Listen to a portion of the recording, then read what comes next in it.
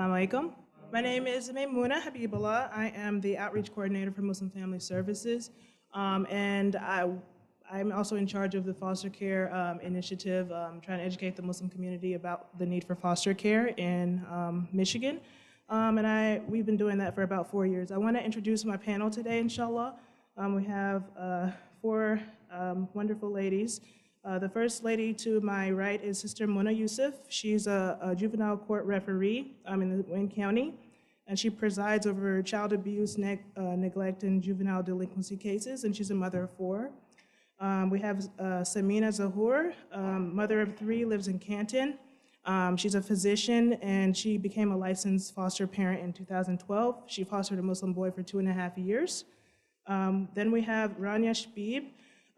She is a licensed domestic and refugee foster care parent. Her and her husband, Brother Anas, they got licensed through Lutheran Social Services. Rania is a mother of three, and she currently has a refugee foster daughter as well. And then at the end, we have Diane Baird. She works for Lutheran Social Services. She's worked there for 15 years. She's experienced with working with refugees, asylees, Cuban and Haitian entrants, and victims of human trafficking and unaccompanied children of diverse populations. So we'll welcome the panel, and we'll let them get started, inshallah. Assalamu alaikum wa rahmatullahi ta'ala wa barakatuh. Alhamdulillah wa salatu wa salam ala rasulillah, Sayyidina Nabiyyina Muhammadin sallallahu alayhi wa ala alihi wa ashabihi. Wa man walahum ila yawmiddin wa ba'd. I wish that this hall is full of audience. Alhamdulillah, when this team had this kind of educational and a program at the Unity, we had a lot of people. Alhamdulillah, all of us benefit from their presentation, because you are going to hear a wonderful presentation that will motivate each one of us to become foster care parents or to become caretaker of refugees. Alhamdulillah, people all the time are judged by their noble characteristics. People are judged by their characters. Prophet sallallahu alaihi wasallam said, "Innama bu'ithu li'utammima makarim al-akhlaq." I was just sent to fulfill the noble characteristics. This noble characteristics has two parts. Number one is to honor the commands of Allah subhanahu wa ta'ala. The second part of it is to show mercy on the creation of Allah on the earth. I cannot emphasize the importance, and I may say obligatory incompetence of taking care of orphans or the needy ones. I cannot emphasize the importance of that in our Islam other than what the Prophet ﷺ said, "Ana wa kafirul yatim kahatayni fil jannah." I and whoever taking care of an orphan will be in the Jannah like this. So my brothers and sisters in Islam, I'm not here to give a speech. I'm just here to say a few words.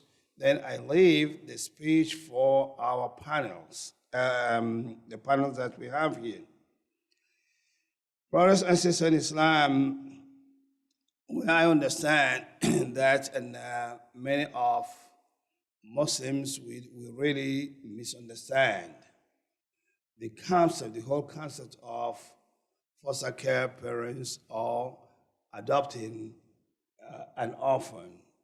We misunderstand that. We don't know we don't know. So we have a panel, we have sisters here who are going to educate us about that. And you will hear from them something that really, when I hear the presentation, I think Mona, she mentioned about one child. who is going to church with his foster care parents or adopted parents. When they get to the church, this child will stay in the car. Say, no, I'm not going. I'm not going. He will stay in his car. Lots of very wonderful stories that you are going to hear and learn from it. I don't have anything to say except that a Muslim is a challenge for us. We really encouraging many Muslims to become foster care parents and to qualify to take care of an orphans also. Not only Syrian orphans, other orphans, because we are proud to belong to the deen that says, وَمَا أَرْسَلْنَاكَ إِلَّا رَحْمَةً لِلْعَالَمِينَ. Okay, that is, and we represent a universal mercy, not only for the Muslims, but for all mankind. Assalamu alaikum wa rahmatullahi wa barakatuh. Assalamu alaikum. My name is Muna Yusuf. Like Sister Maimuna mentioned in the introduction, I work as a juvenile court referee. And so in my work, I deal with cases where children have been removed from their parents and are in the foster care system. And I've been doing this work for 5 years as a referee, and before that I used to work for the state as an assistant attorney general handling the same type of cases. So I am pleased and thankful to have the opportunity to share with you my experiences and the things that I've learned in my capacity. So across the nation, we have about 400,000 children in foster care in the United States. About 100,000 of those kids are eligible for adoption or are looking for a permanent home. In the state of Michigan, we have about 13,000 children in our state who are currently in foster care, and about a quarter of those are eligible for adoption. In Wayne County, we have about 3,000 children in Wayne County who are currently in foster care. And for the past few years, I've been working with the Department of Health and Human Services to identify Muslim children, and I'll tell you about those numbers at the end, about what percentage or how many of those children are Muslim children. There are several reasons which can cause a child to come into foster care, and those reasons can include one or any combination of the following. There could be a substance abuse problem that the parent is having. There could be a mental health problem that is either unaddressed or out of control. There's poverty, homelessness, physical abuse, sexual abuse, and sometimes it could be something as simple as a parent or parents passing away and no one stepping up to take guardianship over that child. Children who enter foster care range from newborn, sometimes they come straight from the hospital to a foster home, or they can enter all the way up until age 18. Once they're in foster care, they can stay until age 21. These children come from every background that you can think of, every race, every religion, every socioeconomic status. And all those problems that I mentioned, I have personally seen each one of those problems in Muslim families. So we're not immune to any of those problems. We have the substance abuse and the mental health and the poverty and the homelessness, the physical abuse, sexual abuse. I've seen each one of those in a Muslim family.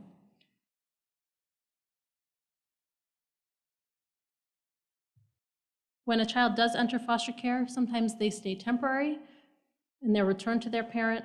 Sometimes they're not able to be returned to their parent and they become permanent court wards, who then the state seeks a permanent home for.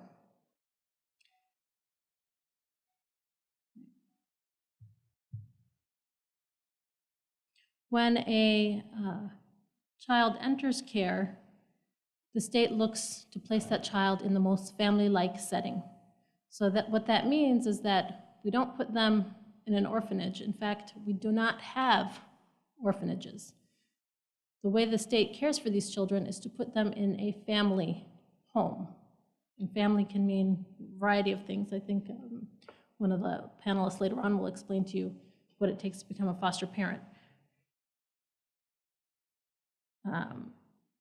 So there's no orphanages. These children go to foster homes. Now, if we all think about our personal backgrounds, and you think about the childhood that you had, perhaps there was some trauma, perhaps you had a stable childhood. None of us chooses who our parents are, and none of us chooses whether or not we have a good childhood or not. But every child does deserve to have that family. Parenting is the hardest job that there is on this earth. And to be honest with you, foster parenting is even harder.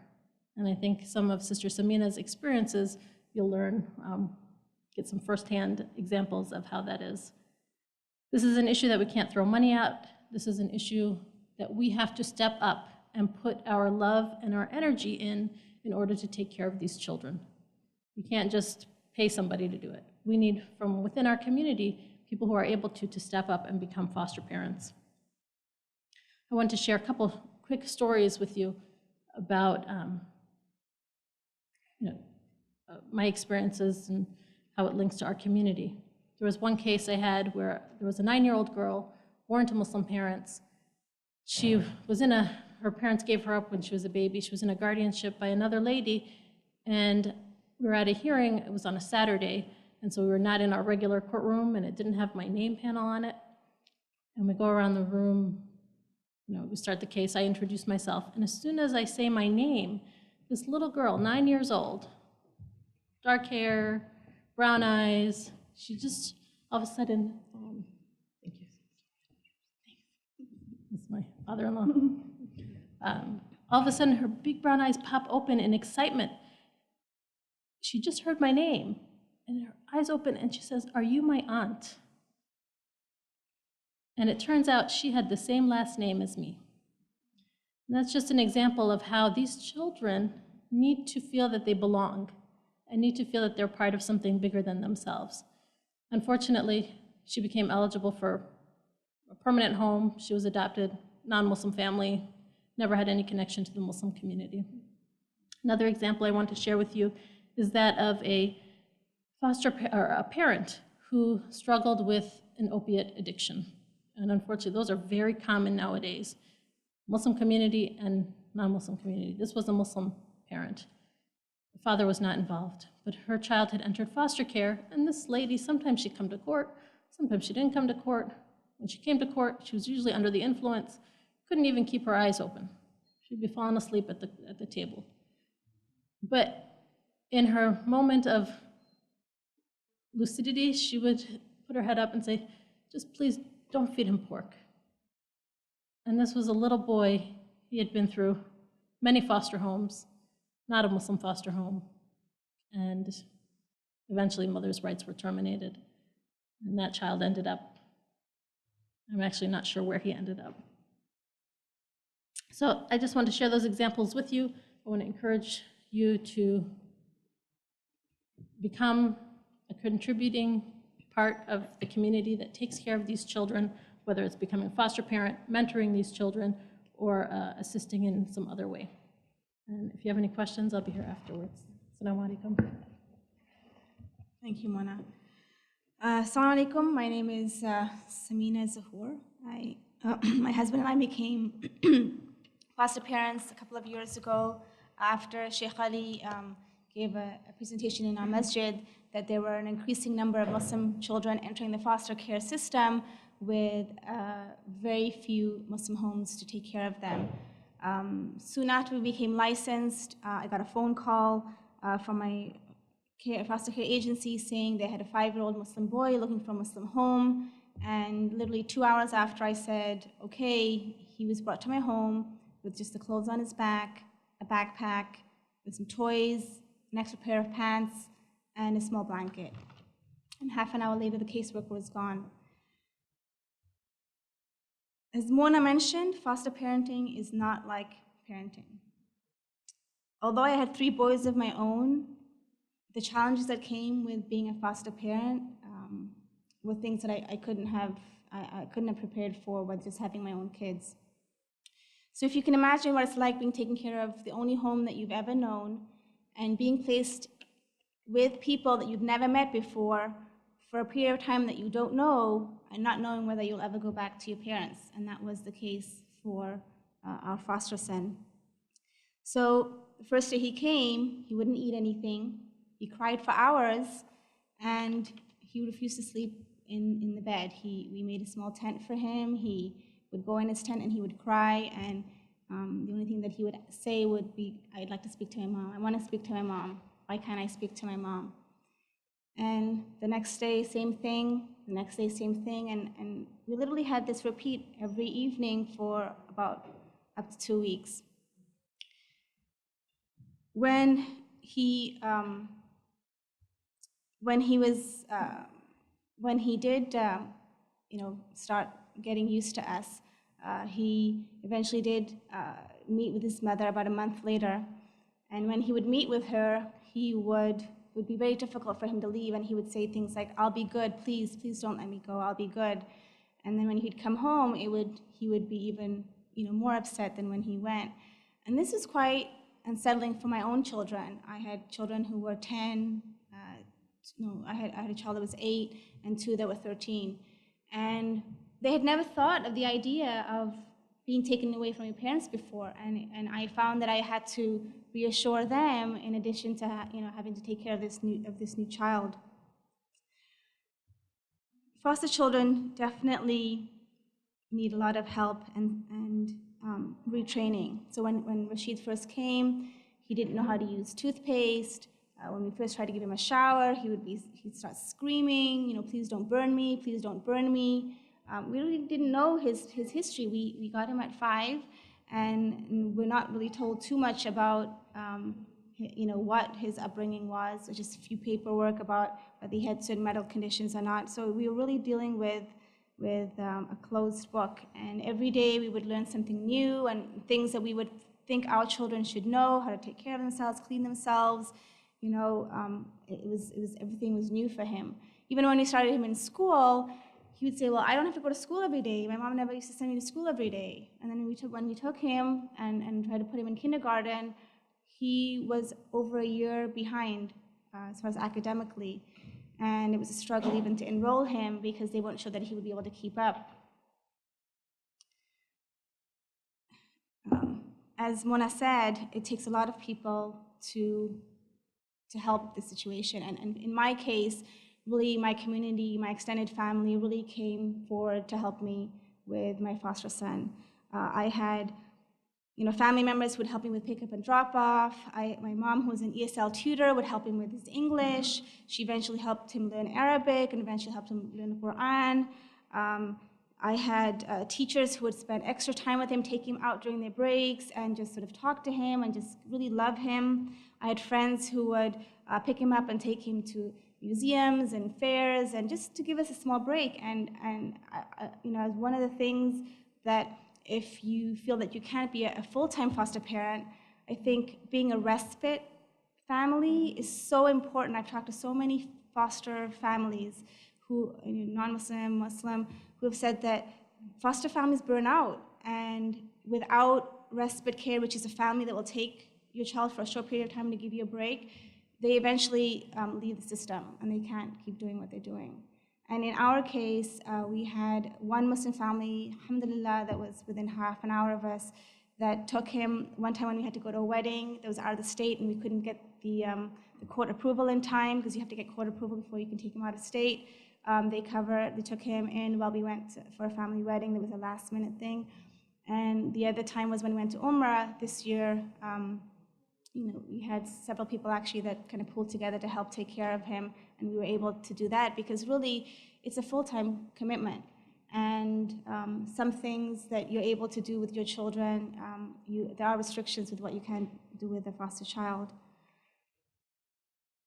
I can definitely attest to the fact that if a foster child is, with all of his challenges, is put in a stable home, in a loving community, the progress that they can make is something that's unmeasurable. And in my foster son situation, where he came and only knowing 15 letters out of the alphabet, went into kindergarten, within 3 months, he was at least close most of his gap with his peers, and within a year later, was an avid reader, loved his classes, showed so much enthusiasm for learning, and was above average in his class, subhanAllah. And initially when he came, people thought that he was developmentally delayed, learning delayed or learning disabled, but really it was a trauma that he had come back from.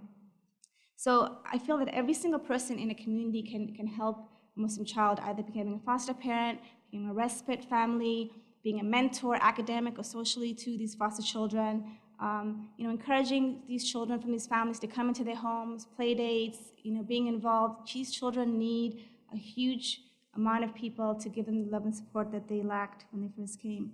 And then the last story I'm just going to leave with is one day I was rushing to pick him up. I didn't want to talk to anybody. I just needed to go pick him up and take him home and get ready for dinner. And his Islamics teacher stopped me, and she said, I want to tell you about a story that happened today. And she said, I was teaching a class on the seerah of the Prophet Muhammad ﷺ.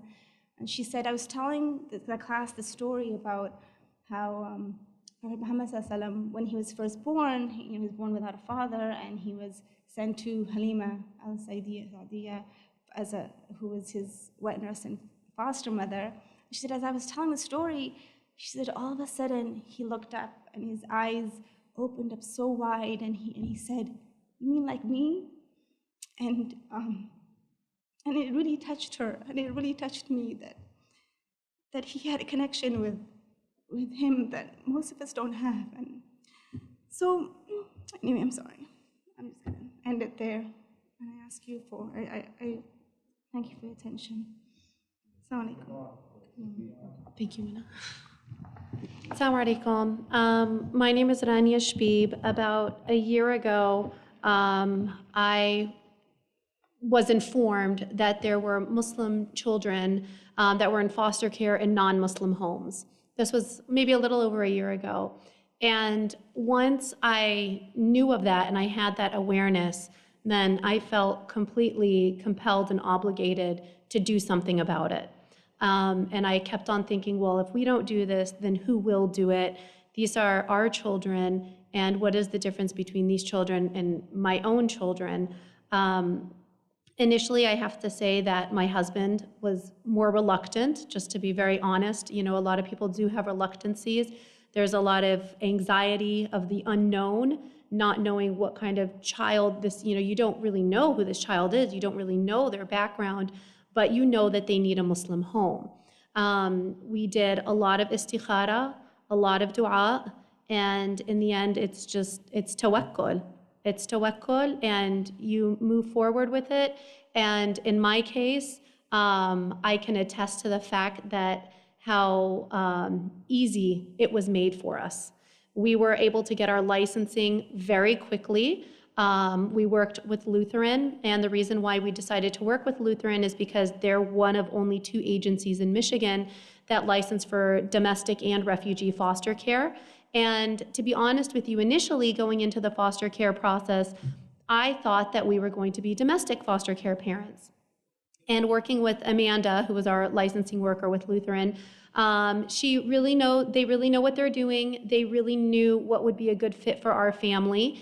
And we were told that there was a refugee Muslim foster girl that had been living with a non-Muslim family here in the area for a little over a year, and that as soon as she was placed in the foster care system, she had immediately requested a Muslim family.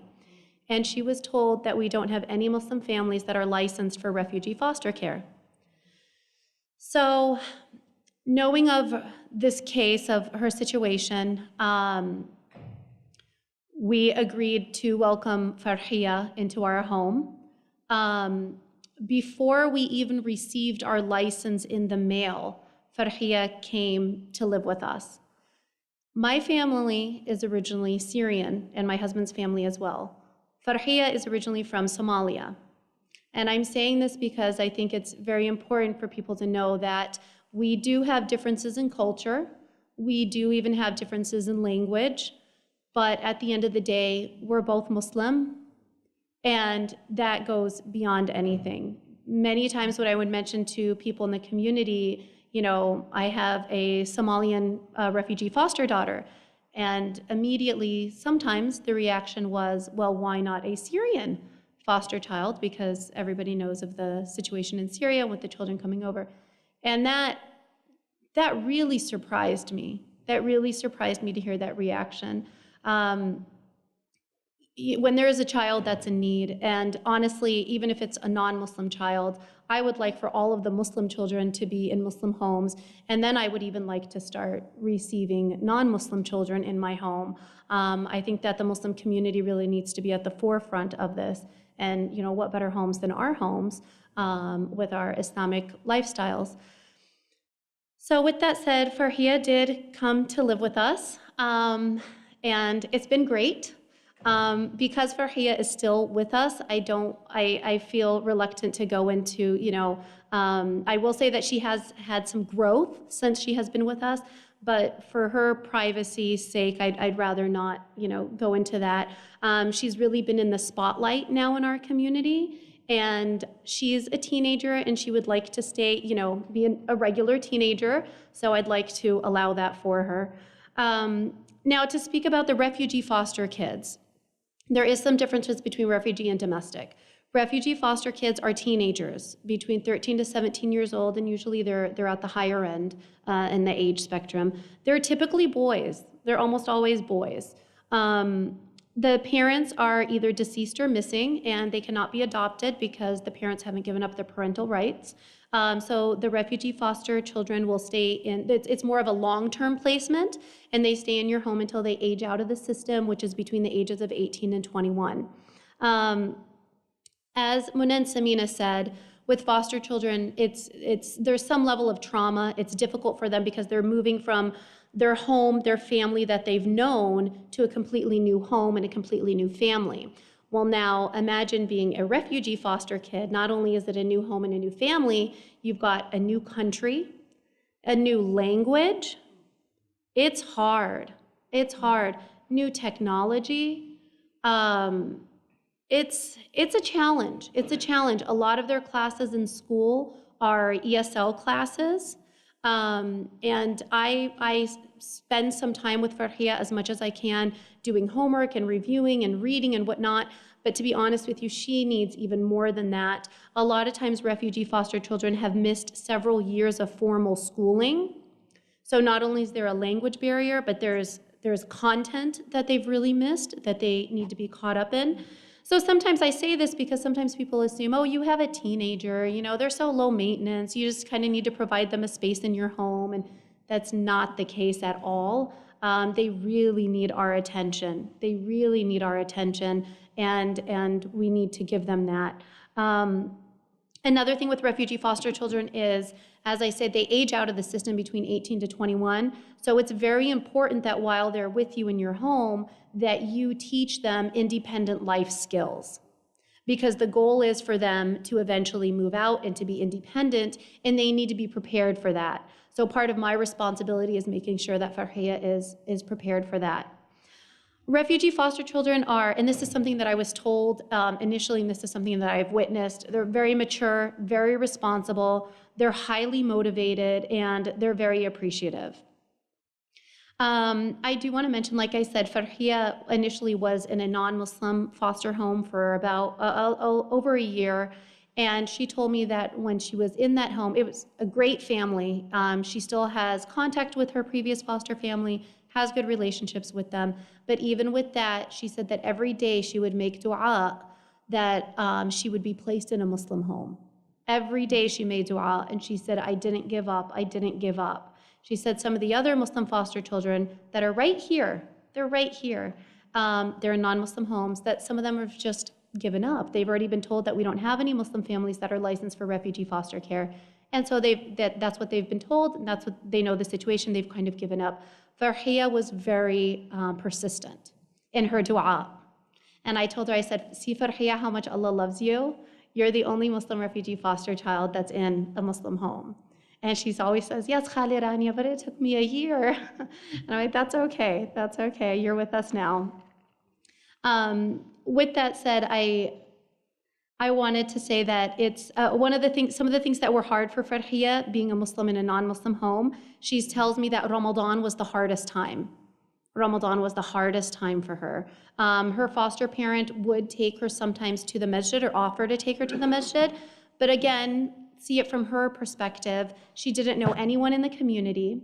She was going in alone with didn't have any kind of Muslim family support, didn't have any roots in the community, would go into the masjid alone, and really for the most part would leave alone. So she wasn't able to make those contacts or those connections in the masjid. When she came to our home, we took her once to Salat al-Jum'ah, and she said this is the first time in a year and a half that she had been to Salat al-Jum'ah. And it was something that she really, really appreciated. Even, for example, the eating of pork. You know, in her previous foster home, they ate pork. Sometimes she would help with the dishes, and that was something that she didn't really feel comfortable with. So these are the things that she was looking for with a Muslim home. And I'm just going to end with saying, please, if you decide to become licensed foster parents, please go into it with an open mind. You might think that your family is better suited for one more than the other, and in the process, you may realize that your family might be better suited for domestic, might be better suited for refugee. If you decide that you are not going to become foster parents, then please, as the others have said, there are still so many other ways that you can contribute and support the foster care and the families that are already, taking this on by being mentors and tutors. I'm in desperate need of a tutor for Farhiya, and I'm looking for one right now. These are things that we do need support from the community at large. Also, please consider being an alternate caregiver or respite care as Samina mentioned. Yesterday, we had an orientation, which is the first step in the licensing process with Lutheran. Amanda, the licensing specialist, came to Unity yesterday, and we did our first orientation, and we had 65 people show up at Unity Center yesterday to start their licensing process. So I'm saying this because if there's anybody in the room today that is interested in becoming licensed, we're going to continue to collect those names. And once we have enough people that are interested, then we will schedule another orientation and we can start that process again. So maybe Maymuna, you said you have? Okay, we have a sign-up sheet in the back, so if you are interested in starting the process, give us your information. We'll contact you next time there's an orientation scheduled. Thank you. Assalamu alaikum. My name is Diane Baird, and I work with Lutheran Social Services, and I'm just so grateful to be here today and to have the honor of sitting on a panel with these amazing ladies and being invited today. So I have worked with refugee and immigrant kids that have come and have been coming to the US without any family member. So at Lutheran Social Services, overall, because we provide foster care for domestic youth, for our youth that are here already in the community that need foster care, and our refugee youth, we have over 800 children in care with us every day in foster care. And as Rania mentioned, that we are one of only 2 agencies in Michigan that provide foster care for refugee kids. Since I started working with LSSM in 2000, I have met so many amazing young people. And like she mentioned, usually they are just so grateful to have reached an end to their journey. Maybe they have lived in 2 or 5 or 8 countries on their journey to try to find safety after something difficult has happened, whether that has been coming from Sudan, coming from Bangladesh, coming from Somalia, coming from Iraq, coming from Iran, coming from wherever their journey might have started. LSSM helps facilitate foster care, so we provide case management, counseling, and we help to find foster homes and license them and help get them through the process that the state outlines of how to become a foster parent. In the last 6 months, half of all our referrals have been Muslim youth. And we have had over 100 kids in care that are Muslim over the last 10 years. And as Rania mentioned, her family was the first one that was a Muslim foster home able to welcome those kids. So many of the kids that we've worked with throughout that time, we try to find families that are willing to open themselves up and be flexible and try to meet the needs of youth. But it is so much more difficult for a family to fully comprehend all of the things and make a child feel welcome when they don't fully understand their faith. So as much as a family may learn and try, there's also that level of comfort that our kids are looking for, is to have a family that knows what they need. And I thought I would share with you guys, last night I was able to have dinner. We have a group home for teenage boys, because teenage boys at the ages of 17 are the hardest youth for us to find a placement for. And so there are 12 teenage boys that live in this home, and they have house parents, and we have staff that help these house parents out. But of those 12 boys, 4 are Muslim. And they all, as we finished a presentation, I had a youth that used to be in the program that had left, right? And he's 27 now, and he's got 1 year left in college, and he's got a job, and he has his own place, and he's doing terrific. And he came back to speak to the other kids and tell them what like is life, and to give them some hope and some inspiration about finishing school and pursuing their goals. And all 4 of the Muslim boys, by my luck, sat at dinner with me. I was so grateful to be able to actually sit with them and have dinner last night. And so 2 of the young men are from Bangladesh, and 2 of the young men are from Somalia. And they were just laughing and joking around like normal teenagers do. We weren't talking about anything heavy. They asked a few questions of the guest speaker we had coming in to talk to them about, how did you learn English? How long did it take you? And did you take just English classes before you had to go to high school? Because high school is really tough. They're all, overwhelmed with that. I just got here to the US, and now I'm in a high school, and they happen to live in a rural community where they're the only Muslim kids in that school. And the high school has made accommodation for them. They have a prayer room at the high school, and someone drives them to prayer every week, and we make sure they're connected, but they still want more connection, with the community. And one of them spoke up in the middle of dinner, because there are 2 young men from Bangladesh, and they were sitting on opposite sides of the table. And the guest speaker was like, so where are you guys from? And he said, this is my brother, and this is my brother, and this is my brother. And he introduced all of the other Muslim youth, whether they were from his country or from another country, as his brother. And then he introduced the other youth from Central America as his friends. And that just spoke volumes to me about what that connection is and how important that is to them. So the licensing process to become a foster parent, it is quite structured. There's an orientation that families would come to learn more about what it takes to become a foster parent. And then there would be a home visit. There are medical clearance and background checks and all sorts of things that the state requires. And then the agency provides training, regardless of which agency you go through, to try to make sure that everybody's equipped to meet the needs of the child in your home, because those might differ from child to child.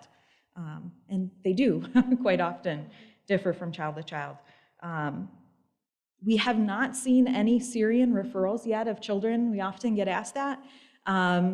We do expect that to happen in the near future, but I received an email about a month ago with 9 Muslim children that needed homes. They were from Afghanistan, from Western Sudan, from the Darfur region, and they were from Somalia.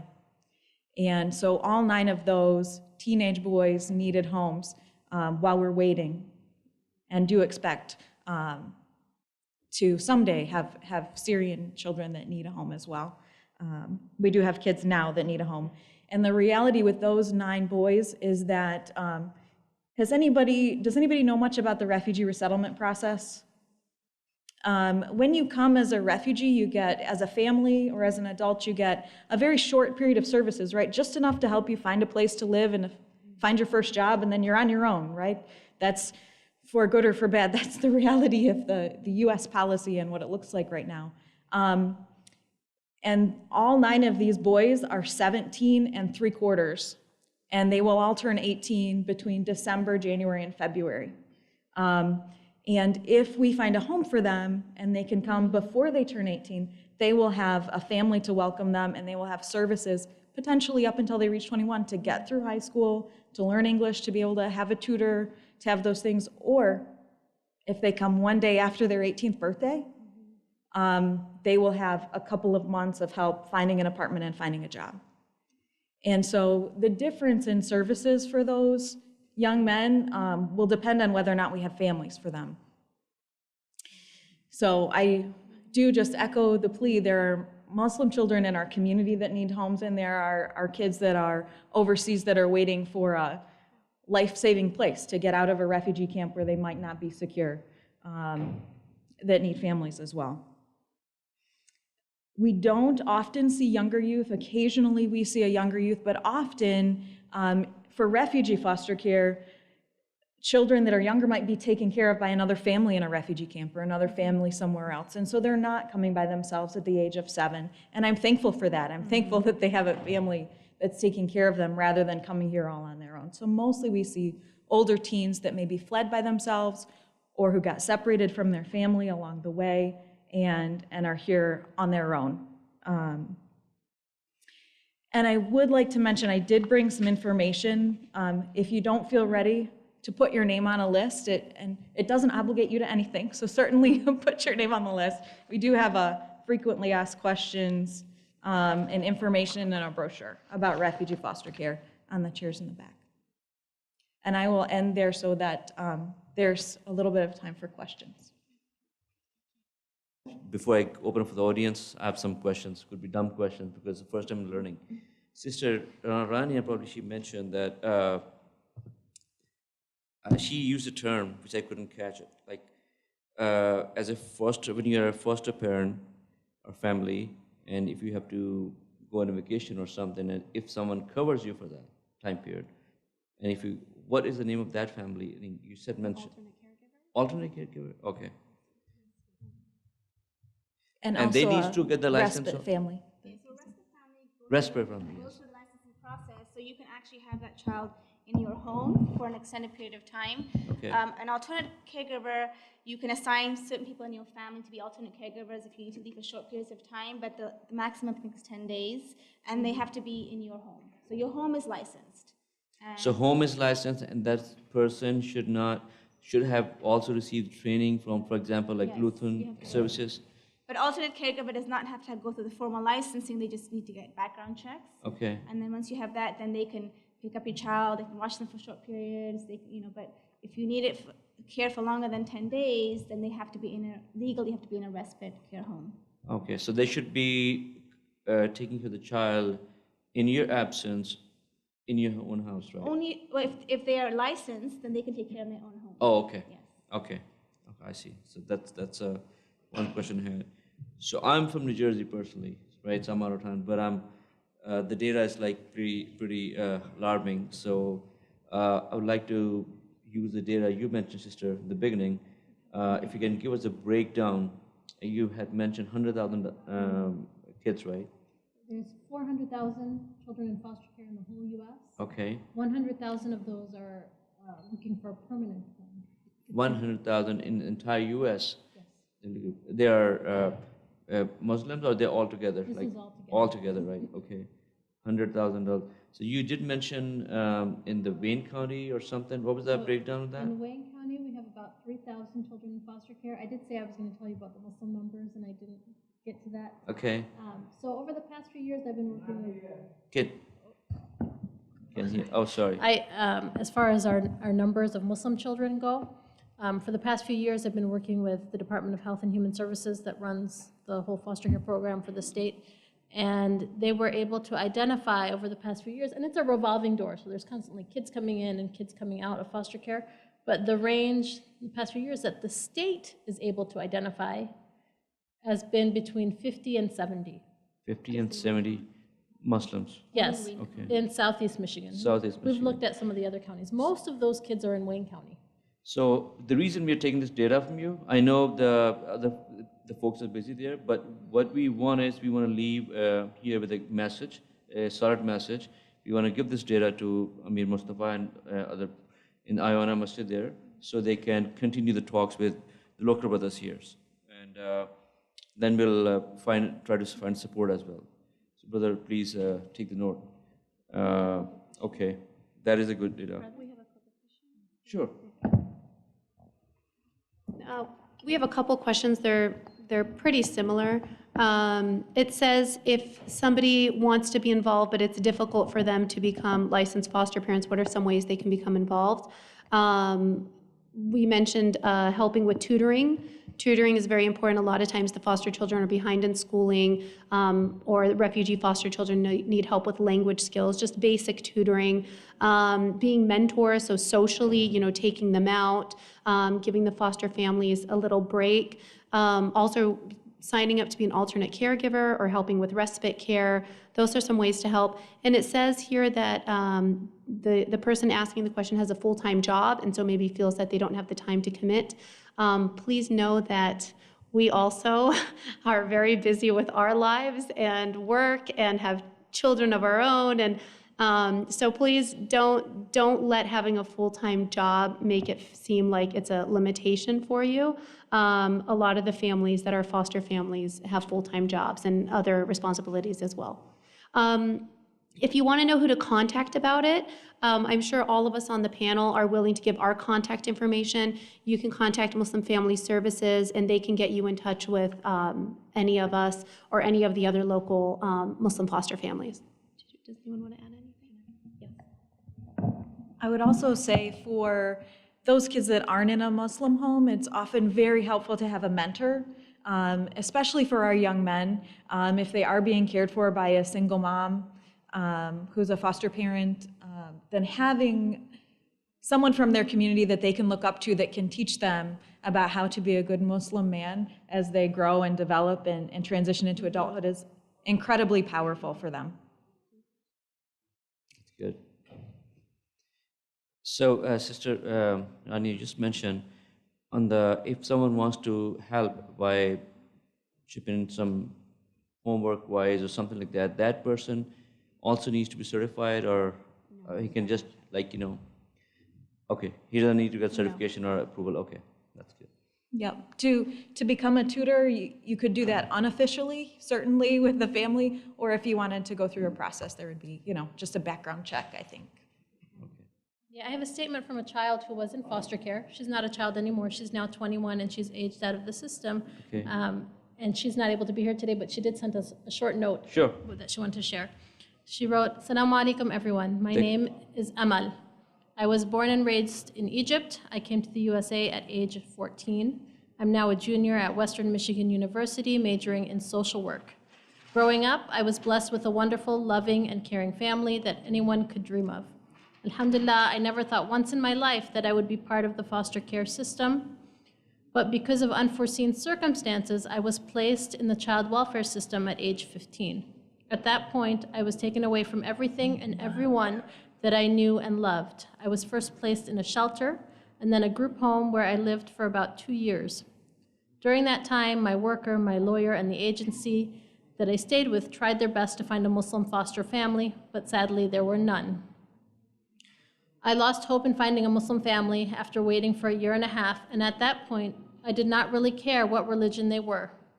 Later, my lawyer found a good family who were Christian. We met, and we both liked each other. They were very nice. They started doing the paperwork so that I could move in with them. A week before moving, I got a phone call that I would no longer move with no explanation of why. 2 months later, I got a phone call from my lawyer saying that she found a Muslim family.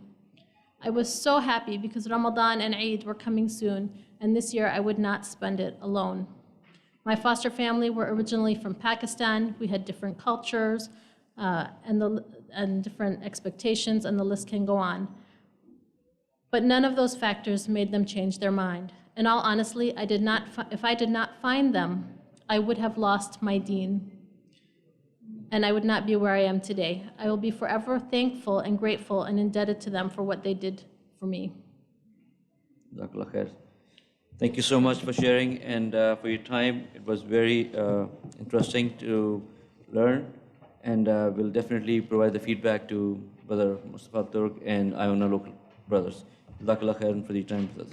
Thank you. Assalamu alaikum.